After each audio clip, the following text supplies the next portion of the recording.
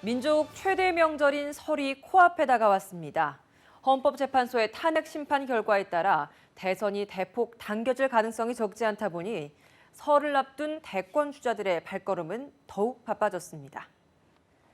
설 밥상머리 민심을 잡기 위한 대권 주자들의 행보를 여의도 족집게에서 김남권 기자가 살펴봤습니다.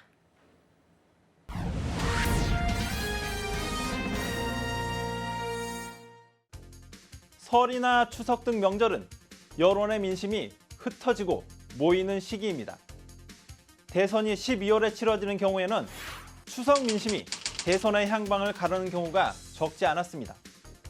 그러나 올해는 대통령 탄핵 소추 심판 결과에 따라 4, 5월에 대선이 열릴 수도 있어 설 밥상 민심의 중요성이 어느 때보다 커졌습니다.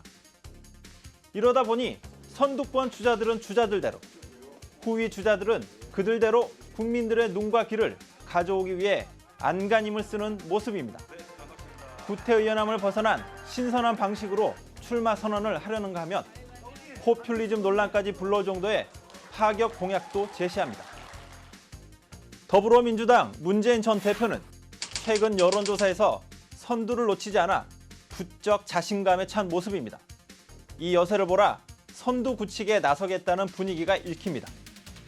문 전 대표는 군 복무 단축과 131만 개 일자리 창출 구상을 밝히는 등 청년 표심에 공을 들이고 있습니다. 청년 실업의 해법을 모색하는 동시에 20, 30대가 촛불 민심의 주요 동력이라는 점을 감안한 걸로 풀이됩니다. 청년 10명 중 서너 명이 실업 상태입니다. 그러니 청년이 취업, 결혼, 출산을 포기해야 하는 헬조선이 되고 말았습니다. 이어 정치적 터전인 부산에 이어 호남을 찾은 것도 선두 굳히기에 나서겠다는 강력한 의지 표명으로 해석됩니다. 반기문 전 유엔 사무총장의 귀국 후 일주일에 대한 평가는 엇갈립니다. 충청, 영호남을 종횡무진하며 존재감을 과시하고 분열과 갈등의 정치를 교체하겠다는 메시지를 낸 건 의미 있다는 평가를 받습니다. 다만 모호한 화법으로 보수, 진보 어느 쪽도 강하게 흡인하지 못해 지지율이 역걸음질 중인 것은 한계로 지적됩니다. 반 전 총장은 손학규 전 대표와 정의화 전 국회의장 등 제3지대 인사들과 회동하며 정치 행보를 본격화, 지지율 반등을 모색합니다. 조만간 이제 정치 지도자들을 일정을 잡아서 좀 만나게 될 겁니다.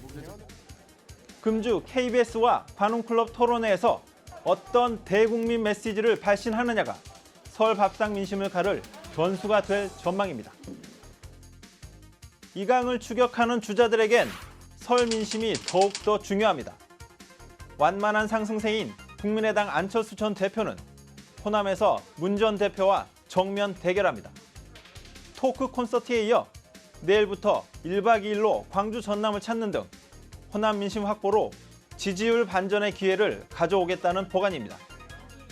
최근 하락세인 이재명 성남시장은 금주 출마 선언을 통한 컨벤션 효과를 노립니다. 자신이 어릴 때 일했던 공장에서 출마 회견을 여는 등 출마 선언에서도 기존 정치권과 다른 파격을 강조합니다. 박원순 서울시장은 소외 계층 방문 등의 일정을 소화하며 조용히 대권 구상을 가다듬을 예정입니다. 안희정 충남지사는 대학로 소극장에서 5시간 동안 즉문즉답이라는 형식으로 출마 선언을 할 예정이어서 주목받습니다.